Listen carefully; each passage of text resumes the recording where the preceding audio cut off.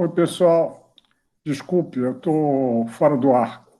Aqui no Rio está uma confusão com essa história da vacina, e como supostamente amanhã eu vou tomar, é pessoal de 78 anos, então, pois é, eu provavelmente vou ficar numa fila monstruosa. Já devia estar indo para a fila agora, mas em suma.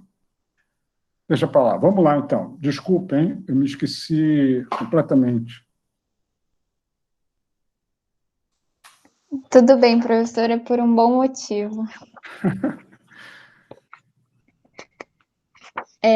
Primeiro, acho que a gente começa com as dúvidas do pessoal, se vocês têm alguma questão aí sobre os capítulos que a gente já comentou, 3, 4. Se não, a gente já vai adiante.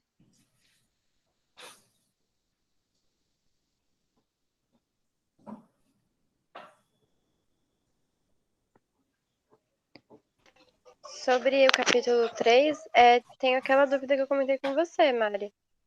Mas aí, enfim, também... Qual é a dúvida? a dúvida é como a proposta de Dirac viola o princípio da covariância, no capítulo 3. Ah, sim. É simples que, veja, o Dirac supõe, isso leva a gente a uma questão anterior, que a gente já tinha falado sobre o tempo cósmico global. O Dirac faz a definição, a possibilidade da variação da constante de Newton com o tempo. Mas, na verdade, o tempo é uma variável e você não pode ter uma dependência desse tipo, porque ela não é covariante. O que quer dizer isso? Se eu fizer uma transformação de coordenadas, x'mi igual uma função qualquer de x, então esse tempo vai se transformar num espaço. Então, na verdade, o que você deveria fazer não é que o g dependa de t, ele tem que ser transformado numa função de t, x, y e z, ou seja, no que a gente chama um campo. Tá certo? Como é uma única função, seria um campo escalar, que as funções são escalar, vetorial, tensorial. Isso vocês já devem ter sabido. Mas, de qualquer maneira, então, a ideia do Dirac de imaginar que dependia do tempo somente está fora desse cenário. Mas, por outro lado, como na cosmologia, e o César Latte já argumentou de uma outra maneira, há uma separação 3 mais 1, ou seja, 3 coordenadas de espaço e uma coordenada do tempo, ele não está totalmente enganado assim. Mas, numa teoria, se ele for fazer uma teoria, se ele for fazer uma aplicação simplesmente à cosmologia, tudo bem, não tem problema, porque ele especificou já o sistema de coordenadas onde a variação acontece. Mas, para ser uma teoria, ou seja, uma teoria da gravitação com a variável de interação função de coordenadas, ele não pode fazer isso. Ele teria que transformar essa constante g numa função. Isso foi feito. Lá pelos anos 50, ou seja, quase 20 anos depois, o Dick e o aluno dele, colaborador Branch, transformaram, então, numa função escalar, uma função que depende das 4 coordenadas. E ela ficou a ser chamada de teoria escalar tensorial da gravitação. Ou seja, ela teria uma dinâmica para o Gemini, que é a métrica, e uma outra dinâmica para esse campo φ, que seria o correspondente ao que a gente chama de G de Newton, constante de Newton. Está claro?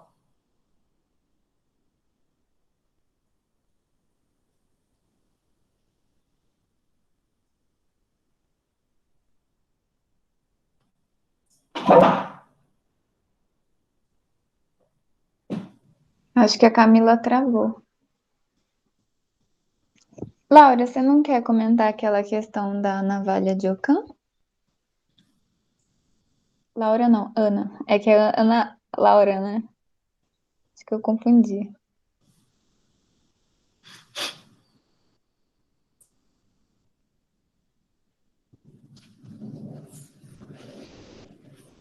Vocês estão me ouvindo?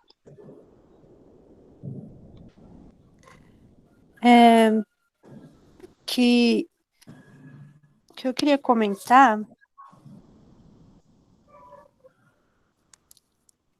é que se vocês acham que a navalha de Ockham, ela está ligada à entropia também, no sentido de que, independente do que a gente estude, o que a gente faça, a nossa matéria, a nossa energia vai estar sempre ligada ao universo, assim. De um certo modo, não é bem assim, porque, veja, a navalha de Ockham é mais uma instrumentação epistemológica, o modo pelo qual você vai descrever as coisas, enquanto que a entropia é um processo físico. Na verdade, a navalha de Ockham, pelo menos do jeito que está sendo colocado ali no texto, ela simplesmente diz, entre duas soluções que são mais ou menos equivalentes, a gente escolhe aquela mais simples. Ou seja, é um modo pelo qual eu seleciono entre duas soluções que funcionam uma solução mais simples.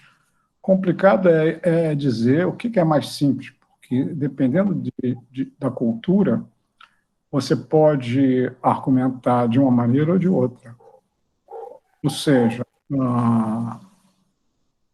não há uma relação, digamos,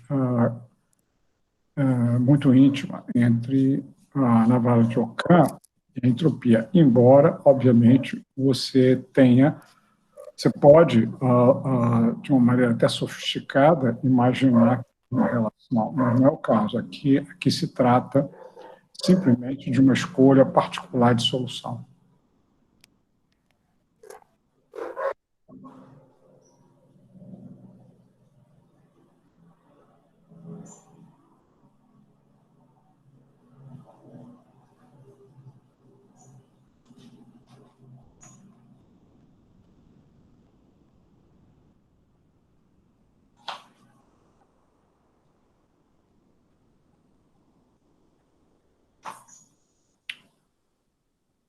Se não tiver mais nenhuma dúvida, eu já queria fazer uma pergunta sobre o capítulo 5. Ótimo, vamos lá. Mas, Esse capítulo... Mariana, as pessoas podem também perguntar coisas, não sequencialmente, não tem problema, pode misturar. Aliás, eu adoraria misturar essas coisas. Diga. Tá bom, então. No início, o senhor conta que já fala do contexto, né, que era um período bem duro da ditadura militar no Brasil e que o senhor foi chamado para a Polônia e não foi possível ir para a Polônia. Aí eu queria pedir para o senhor comentar essa relação que existia nesse período, que o senhor fala assim, né, do seu passado como estudante na famosa fase vermelha da Faculdade Nacional de Filosofia. Eu queria saber desse passado. Veja você, isso foi que ano? 72? 72, isso. Depois de eu voltar do meu doutorado. Veja você, antes, já em 1960, quando eu saí do meu doutorado, foi em 1968, que a ditadura teve o ato institucional número 5, foi catastrófico, e essas pessoas ignorantes estão querendo reeditar, não sabem o mal que isso faz, não só para as pessoas, como o próprio país, mas em suma. Então, já em 68, quando eu viajei, eu tinha uma bolsa da CAPES. E quando você era bolsista, você tinha direito a um passaporte especial, que mais tarde eu percebi, só traz confusão. Explico até depois, se vocês quiserem, por que traz confusão. Mas, isso era um passaporte especial, então, naquela época, na minha ingenuidade, na ingenuidade dos meus colegas, então eu vou pedir meu passaporte. Só que o tempo de eu viajar estava chegando e o passaporte não vinha. E aí eu, então, pedi a um amigo meu, que trabalhava nesse momento na embaixada, no Ministério das Relações Exteriores, para ver o que tinha acontecido. Uma coisa tão simples, eu ganhei uma bolsa, tenho direito ao passaporte. Ele disse, Mário, é melhor você esquecer. Como assim? Eu disse. Eu fui lá perguntar, o camarada me disse que o teu dossiê lá é desse tamanho. Você tem um dossiê terrível. Eu digo, rapaz, eu nunca fiz nada. Aí você pensa. Então, você vê, mesmo uma pessoa que não fazia absolutamente nada, só frequentava as reuniões, só era, obviamente, contra o governo da época, ou seja, um problema só de ideias, não era um problema de ação nenhuma. Eu nunca me envolvi em partidos, nunca me envolvi nesse tipo de coisa. Aliás, hoje até me arrependo um pouco, devia ter me envolvido mais, mas isso é outra história. Ou seja, uma pessoa como eu tinha um dossiê desse tamanho. Aí, conclusão, esqueci o tal do passaporte especial, fui embora. Isso foi em 68. Em 72, eu me esqueci completamente dessa história e pedi uma bolsa para participar. Aliás, eu fiquei super contente, porque naquela época não era fácil você ser convidado para uma conferência internacional. Em suma, aí eu pedi uma bolsa do CNPq e a bolsa me foi concedida para eu poder viajar, mas depois de um certo tempo, aconteceu com outras pessoas também semelhantemente, a bolsa foi cancelada, sem razão. Não, houve um erro, o senhor não ganhou a bolsa. Bom, eu digo, talvez seja aquele probleminha que eu tenho lá, o tal do dossiê.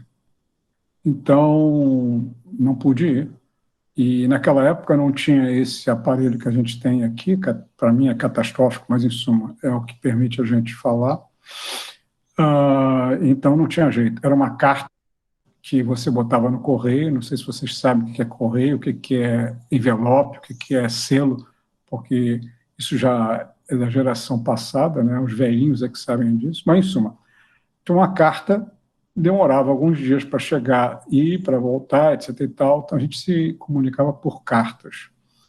E eu mostrei, dei para o Kulchovics, que era essa pessoa, que ficou meu amigo, mas eu nunca vi ele pessoalmente, nem falei com ele por telefone, não havia essa possibilidade, muito menos por outros canais. Mas ele tomou-se de amores por mim e perguntou se podia apresentar o trabalho que eu tinha feito nos últimos tempos sobre o neutrino. Eu fiquei super contente, porque esse mesmo trabalho primeiro tinha sido totalmente esquecido, totalmente desconsiderado pela comunidade de físicos brasileiros. Embora eu já tenha dado vários seminários sobre isso em conferências no Brasil, e tinha dado conferências também lá em Trieste, em Oxford, mas em suma. E ele, então, apresentou o trabalho, imagino que tenha apresentado bem, não tive resultados. E ele apresentou um relatório num livrinho que eu tenho até hoje, em algum lugar nessa casa, chamado Cosmic Neutrino. Era a primeira vez que se pensava o neutrino como sendo um importante fator no universo, que até então o neutrino, que tinha sido postulado uns 30 anos antes pelo Pauli, era simplesmente uma questão da matéria e pronto. Mas depois se descobriu que neutrinos são importantes configurações do universo. E aí, então, passou a ser... hoje em dia, já existem várias conferências internacionais sobre neutrino, por aí vai.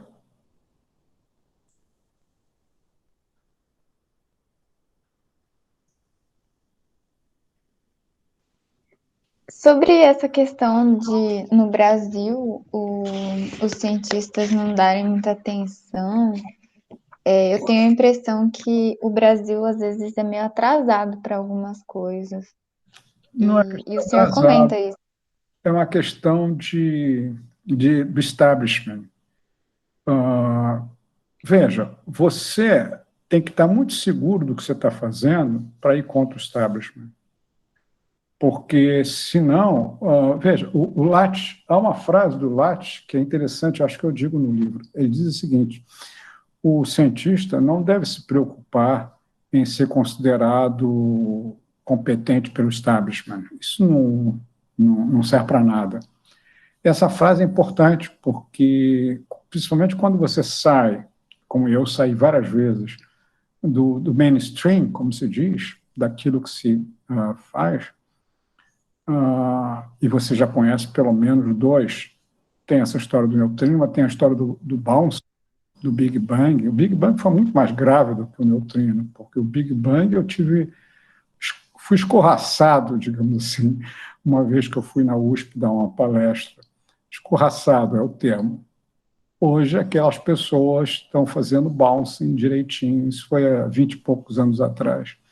Mas, em suma, porque naquela época, estou falando agora do neutrino, o neutrino não tinha massa, e era óbvio que ele não tivesse massas naquele momento.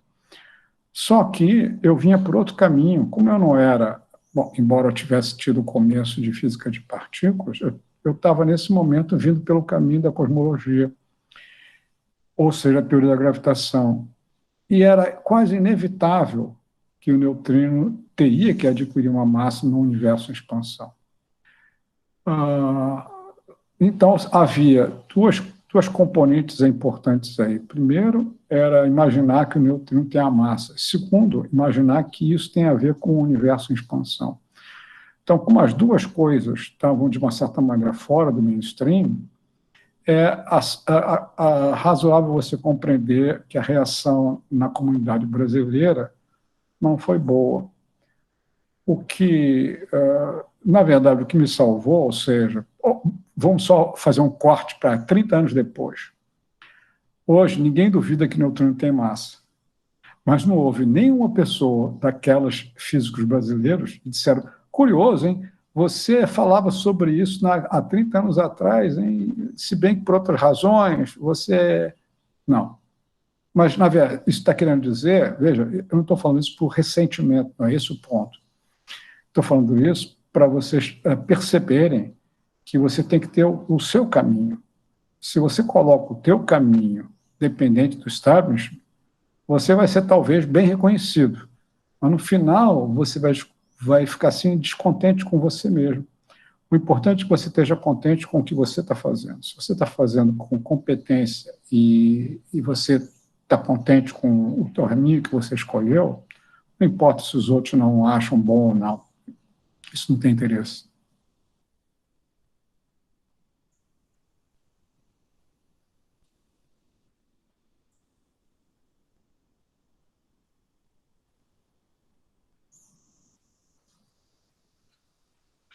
O senhor também comenta, quando começa a falar do neutrino, que a interação fraca viola a paridade. O senhor pode explicar um pouco o que é o princípio da paridade e por que a interação fraca viola esse princípio?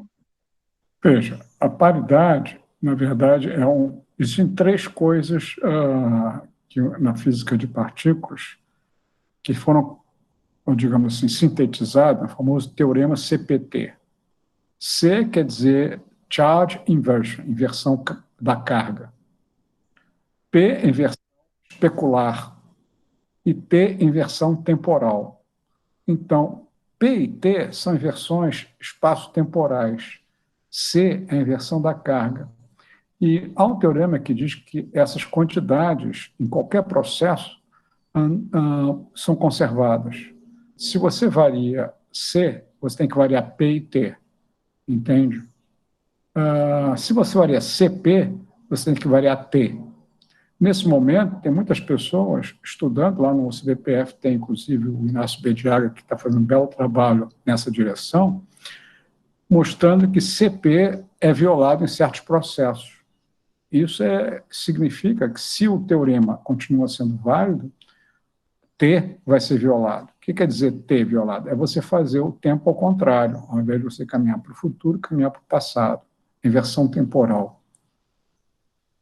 C é a inversão das cargas positivas em cargas negativas e vice-versa. E P é a inversão especular, quando você transfere a orientação do espaço para o outro lado do espelho. Então, nas interações fracas, há uma violação da paridade, ou seja, nem todo processo fraco mantém a paridade conservada nos processos de decaimento, coisa parecida. Por exemplo, o nêutron decai em próton, elétron e antineutrino. Aí se descobriu que nesses processos tem violação da paridade, descobriu observacionalmente. Então, na verdade, a paridade é maximalmente violada. O que quer dizer isso? Se você tivesse que associar uma quantidade física à violação da paridade, você teria o valor 1, ou seja, a violação da paridade é unitária. Máxima, se você quiser, é 1. Mas as outras interações, o eletromagnetismo, por exemplo, não viola a paridade. E se espera que a gravitação também não viole a paridade. Então, a pergunta é, essa violação da paridade só acontece só nas interações fracas? E, segundo, ela acontece ao longo de toda a história do universo?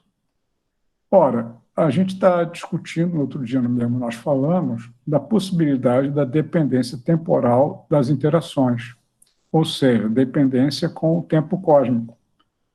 Lembre do que eu acabei de falar ainda há pouquinho. Dependência temporal, nesse caso, está bem definida porque nós construímos uma representação cosmológica separando tempo e espaço. Então, lá em 1972, eu estava em Trieste e na minha sala, eu dividia a sala com um físico de partículas. Eu era cosmólogo e ele era um físico de partículas, o Rotelli. Então, nós discutíamos, conversávamos, ele se interessava muito por cosmologia e eu me interessava, porque o meu começo tinha sido nas interações elementares. E dessa interação surgiu a possibilidade de que, assim como eu falei, comentava com ele que o Dirac tinha imaginado que a constante de Newton variava com o tempo, eu disse, aqui no caso, você pode imaginar que a interação fraca, a constante de Fermi, que corresponde à constante de Newton para a interação fraca, que ela variaria com o tempo. Mas como nós temos duas coisas aqui, temos um termo que não viola a paridade e um termo que viola a paridade, por que não imaginar que haveria uma razão entre os dois termos e essa razão dependeria do tempo cósmico? Ou seja, por que não imaginar que a interação fraca não violaria maximalmente a paridade ao longo de toda a história do universo? Aí nós fizemos os cálculos para ver a consequência disso no tempo de hoje. E nos tempos de hoje, como a variação é cósmica, o tempo cósmico na Terra, isso pode esquecer, não tem a menor possibilidade de observar qualquer variação entre o começo da nossa conversa e agora. Mas haveria, possivelmente, em processo no universo, onde você teria a possibilidade de fazer observações envolvendo isso. O lugar mais natural era exatamente onde esse processo que eu acabei de falar, nêutron dando próton, elétron, antineutrino, aconteceria. E a gente vê que lá atrás, no começo da fase atual de expansão do universo, acontecem processos desse tipo. E você sabe que a coisa mais abundante no universo é o hidrogênio, prótons. E, na verdade, então, se por acaso houvesse uma variação desse tipo que eu estou sugerindo, então a abundância dos elementos químicos teria que ser rediscutida. Isso implica uma série de outras questões. Então, se você diz, não, mas a abundância dos elementos químicos é bem explicada na teoria convencional, certo, mas acontece que você faz outras hipóteses, e essas outras hipóteses teriam que ser abandonadas caso houvesse realmente uma dependência da paridade, ou seja, da interação com o tempo cósmico.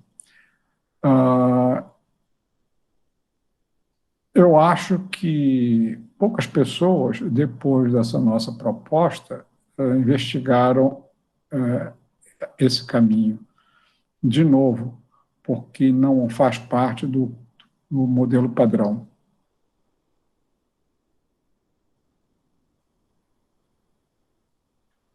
Obrigada, professor.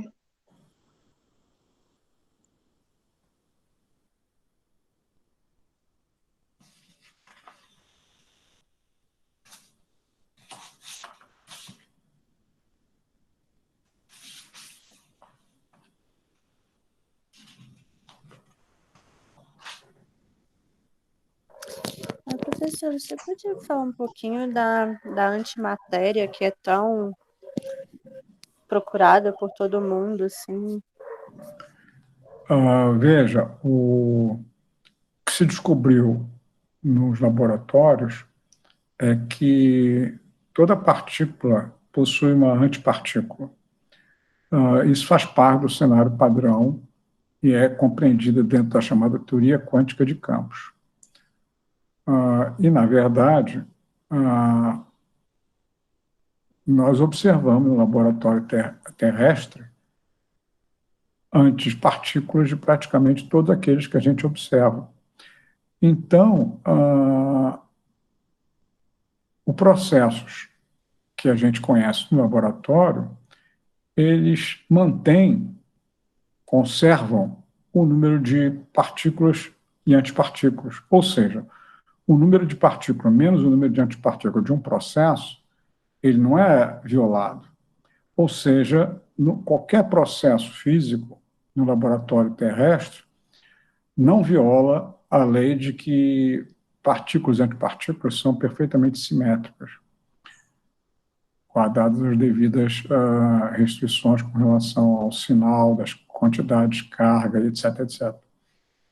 Então, se isso é verdade, a pergunta crucial é por que a gente não vê, então, esses processos no universo? Porque deveria ter, então, qualquer que fosse a origem da matéria do universo, deveria ter sido criada, de uma certa maneira, em iguais quantidades, matéria e antimatéria. Isso parece que não acontece. Ou se aconteceu lá numa fase anterior, desapareceu. Então, a pergunta crucial é por que a antimatéria não existe no nosso universo em quantidades apreciáveis? Essa é uma questão que nós não sabemos responder, embora várias propostas foram feitas, e a gente já comentou uma vez, se eu não estou enganado, a proposta do Sakharov, um físico da União Soviética, que propôs que essa violação da simetria matéria-antimatéria teria como responsável a interação gravitacional. Então, nesse modo de pensar, a gravitação seria o responsável principal pela variação das interações ao longo da história do universo. Não sei se responde a tua pergunta.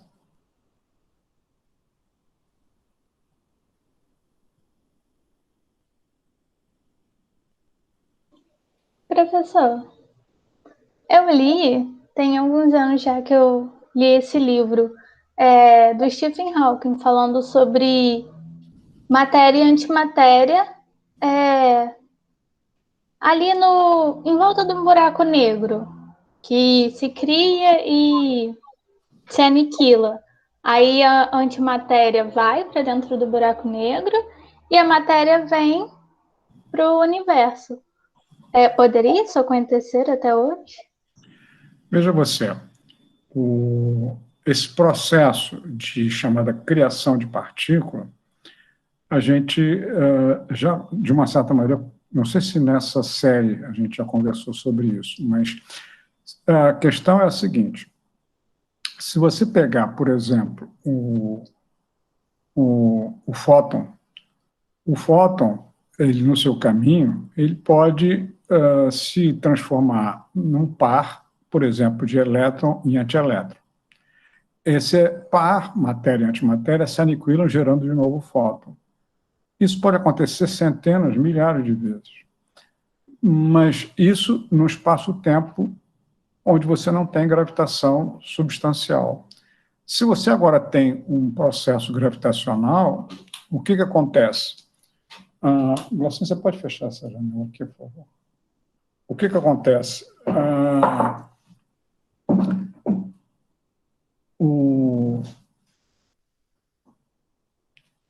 A interação gravitacional pode separar, por causa da intensidade dela em regiões distintas, pode separar a matéria da antimatéria. Então, uma dessas matérias pode ir para o buraco negro e outra escapar.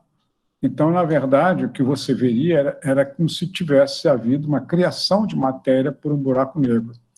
Na verdade, não está havendo a criação. O que está acontecendo é que uma parte da matéria vai para dentro, outra parte da matéria vai para fora, preservando o número total de, no caso, número leptônico, elétron e antielétron, ou coisa parecida. O que o Saharova comenta com relação à interação gravitacional é de outra natureza, porque ele não fala de coisas compactas, como o buraco negro, mas fala de expansão do universo. E lá o processo seria diferente, teria uma possibilidade de formar matéria, diferentemente da antimatéria, por processos semelhantes a esse. Ou seja, em regiões diferentes, a intensidade gravitacional separa matéria e antimatéria. Uma pode desaparecer, no caso do buraco negro, desaparece para dentro do buraco negro, e outra escapa livre. Esse processo de criação é um processo formal, bem descrito. Há umas certas hipóteses que são feitas para que ele seja verdadeiro. Essas hipóteses são consideradas razoáveis, mas durante algum período, e ainda hoje em dia, algumas pessoas, como um físico russo, Belinsky, ele argumenta que não existe esse mecanismo de criação de matéria. Mas eu não quero entrar nesse detalhe, porque isso é controverso, e acho que a gente não deve já entrar em questões controversas nesse momento.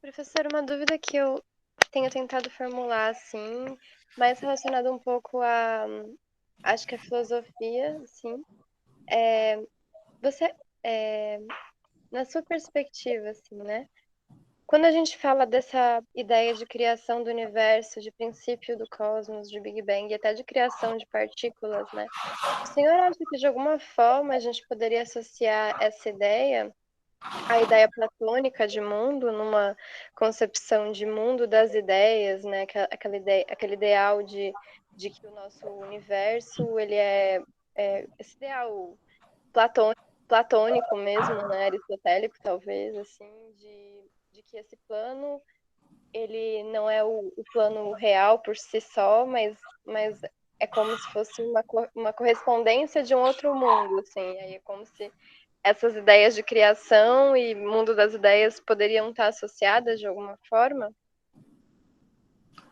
Deixa eu ver se eu entendi a pergunta. Supostamente, os físicos acreditam que não estão falando de ideias. Eles acreditam que estão falando de uma coisa que eles chamam de realidade. Se você aceita esse tipo de comentário, então não se coloca a relação entre o mundo platônico e o mundo da realidade. Se você agora argumenta que isso que se chama realidade teria que ser discutido em outro nível, aí a gente pode começar a pensar o que você está falando. Mas, certamente, para um físico, isso não seria o lugar onde se falaria dessa discussão, porque a gente já discutiu um pouco sobre a questão da realidade. Por exemplo, a gente discutiu, não sei se aqui, sobre, por exemplo, essas partículas virtuais, por exemplo, quando o fóton fica transformando-se em elétron e antielétron, você não observa o elétron e antielétron. Isso faz parte da tua teoria. A teoria, de uma certa maneira, mostra isso. Você pode ter consequências disso. As consequências disso, indiretas, são várias. Mas, nesse aspecto, esse elétron e esse antielétron são o que se chamam partículas virtuais. Ou seja, elas não estão livres, elas não fazem parte de uma observação como um processo qualquer. Então, nesse caso, essas partículas virtuais, você podia imaginar que não são reais. Só que essas partículas virtuais têm uma realidade no sentido de que elas têm consequências práticas. Ou seja, o fato do fóton ter essa decomposição, embora não seja observado como tal, mas é observado as consequências disso. Então, é difícil, no mundo quântico, você argumentar que estamos falando daquilo que o físico clássico chamaria de realidade. A história é um pouquinho mais sofisticada. Eu tenho a impressão de que esse mundo que os físicos estão organizando, estruturando, tem uma dupla face aí. Uma tem alguma coisa a ver com o que está aí fora, e outra tem alguma coisa a ver com o que está aqui dentro. Então, nesse aspecto, claro está que o que a gente chama de realidade sólida não é bem assim. Na verdade, tem a ver com o modo pelo qual eu descrevo, eu falo dessa realidade. E como nós concordamos, nós temos um acordo tácito por várias razões, então isso se torna uma história comum chamada realidade única do mundo. O que você está argumentando é que isso poderia ser múltiplo. É possível.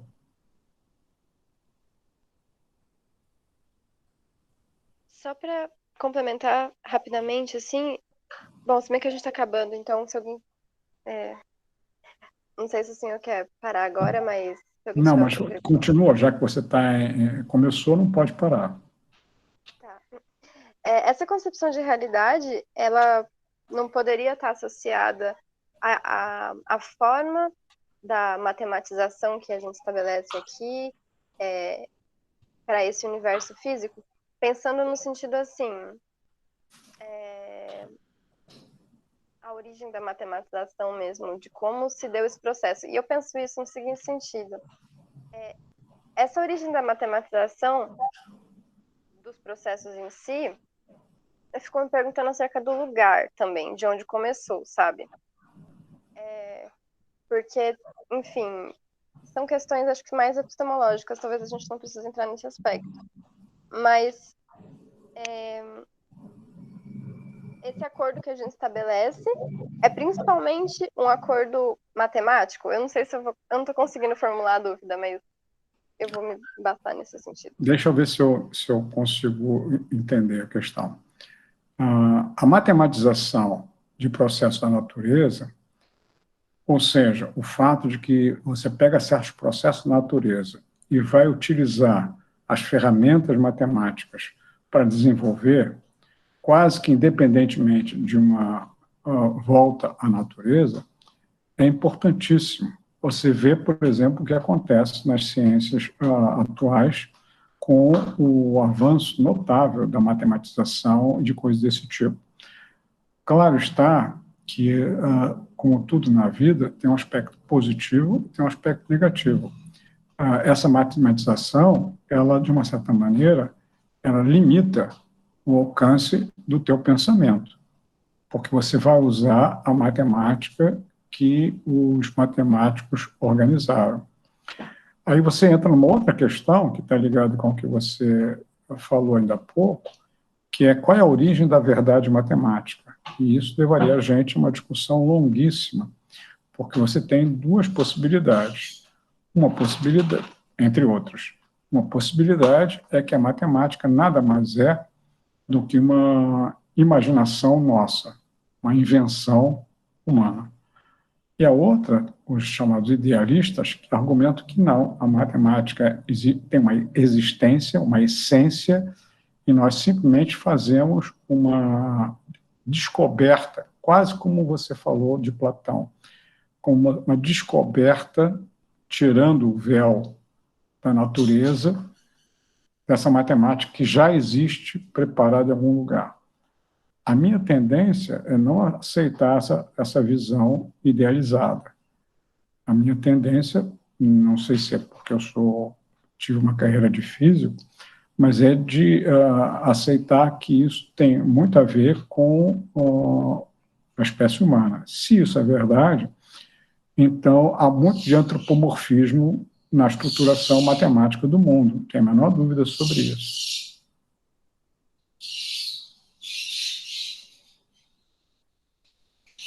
Obrigada.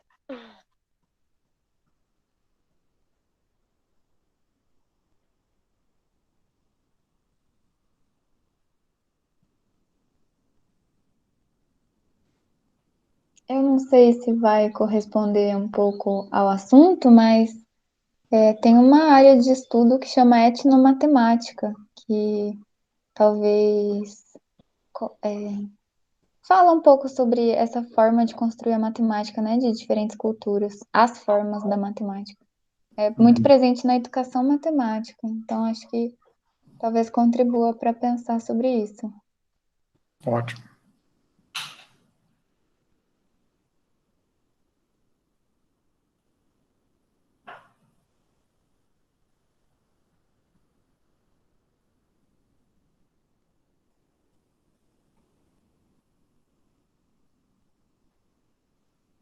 Hoje eu vi uma live, uma entrevista, que o entrevistado falava assim, eu não lembro o nome dele, ele faz um podcast que chama Naruhodo, acho que o pessoal aí conhece, se vocês souberem como fala. Ele fala que existem 3 formas principais da gente construir conhecimento, 3 métodos, né, principais: o método científico, o senso comum e as bases religiosas, e que não deveriam ser conflitantes entre si, que deveriam conversar entre si. E eu acho que isso está muito presente sempre nas nossas discussões, do quanto o método científico, ou a ciência com artigo e letra maiúscula, se coloca como uma verdade, um método dominante, né? A verdade. E esse cara falou nessa live que esses métodos, a ciência, ou as ciências, não se preocupam com a verdade. Os outros, sim, o senso comum e as bases religiosas, as instituições religiosas, se preocupam com verdade dentro dos seus contextos. Mas as ciências não. Então, os cientistas que buscam a verdade, pelo que ele estava dizendo, e eu fiquei refletindo sobre isso, me parece que é bastante o que a gente faz aqui. Os cientistas que buscam a verdade, acho que não estão num caminho da ciência. Eu entendi assim, mais ou menos, que a questão não é buscar a verdade ou exatamente assim a realidade, mas aí ele comentou que a questão é que os métodos da ciência refinam o olhar para isso que a gente chama de realidade, para que a gente esteja menos errado, mas não necessariamente certo. Aí eu não sei, professor, se o senhor podia comentar aí se o senhor concorda, discorda, tem uma outra visão. Veja, o problema do senso comum é você fica no território da opinião. E essa opinião, não só sociológica, mas é política. Isso é muito complicado. Quer dizer, quando o cientista, supostamente, ele deveria fazer uma afirmação que não deveria depender de questões culturais, não deveria depender de questões políticas, não deveria depender dessas situações. Por quê? porque supostamente ele está negociando com o que a gente chama natureza para ver essa descrição do que está acontecendo lá.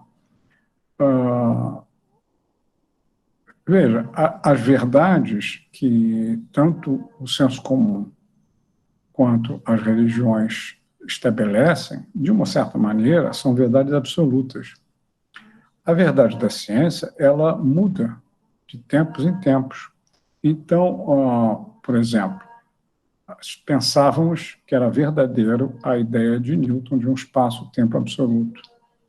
Hoje nós sabemos que essa ideia não se adequa a muitos aspectos da realidade. Consequentemente, faz mais sentido imaginar que exista uma estrutura única espaço-tempo, que pode ser absoluta ou não. Então, o fato das verdades científicas mudarem é muito importante. Quanto mais tempo uma verdade científica permanece, significa que a competência dos cientistas é pequena.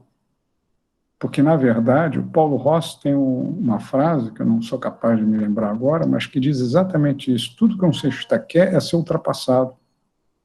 Porque, na verdade, se você mantém um aspecto científico durante muitos anos, é porque não houve progresso naquela região. O fato de Newton ficar 300 anos dominando o cenário da mecânica gravitacional e tudo, foi simplesmente um momento em que nós não podíamos avançar mais, nós não avançamos nesse período. Então, ou seja, os cientistas desse período fracassaram. Por que fracassaram? Porque continuaram aceitando a verdade newtoniana. A palavra verdade aí, no aspecto científico, ela nunca é absoluta. E é por isso que é um problema grave o establishment ser estabelecido dessa maneira, no sentido de que ele propõe sempre um modo único de pensar a natureza. E esse modo único, mesmo que ele mude de tempos em tempos, faz muito mal à reflexão. Porque, no fundo, o que nós estamos envolvidos na atividade científica é dar sentido não ao universo, mas dar sentido à nossa interpretação do universo. Então, ao interpretar de um modo ou de outro, nós achamos mais conveniente adequar à natureza um processo ou outro. Quando se descobriu que o método observacional experimental era muito poderoso, esse método passou a ser considerado quase como uma espécie de entrada ao paraíso. Não é bem assim, porque, na verdade, todo processo experimental observacional, ele sempre tem um embasamento formal anterior. E esse embasamento formal anterior não tem nada a ver com a experiência, tem a ver exatamente com o que eu acredito que seja as bases pelas quais eu vou discutir a realidade. Isso não respondeu a tua pergunta, mas senão a gente vai se afastar muito dos comentários aqui. Podemos voltar a isso em outro momento.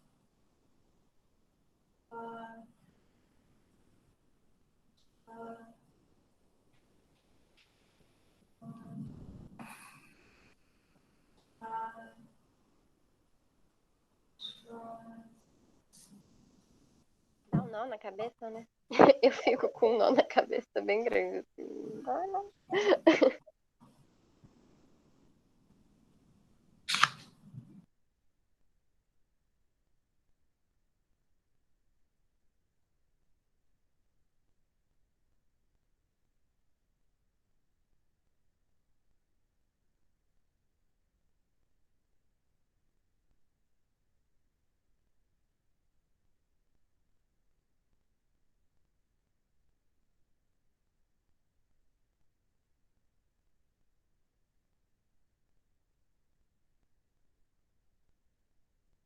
Ninguém tem mais nenhuma pergunta? Tá bom.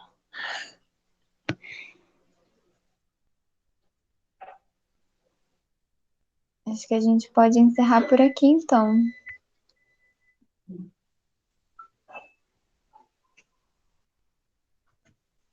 Muito obrigada, professor. Tomara que dê tudo certo amanhã. Esperemos. Sim, vai dar. Essa semana Você minha me avó avisa. tomou. Você me Oi? avisa quando for o próximo, tá? Aviso.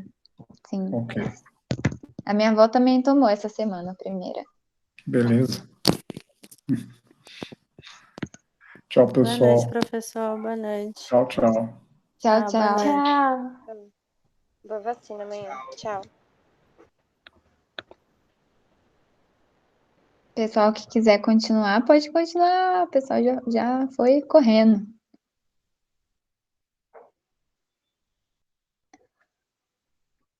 Laura e Lucas, os novos por aqui, se vocês quiserem comentar alguma coisa. Peraí que eu vou parar de gravar, essa parte é importante.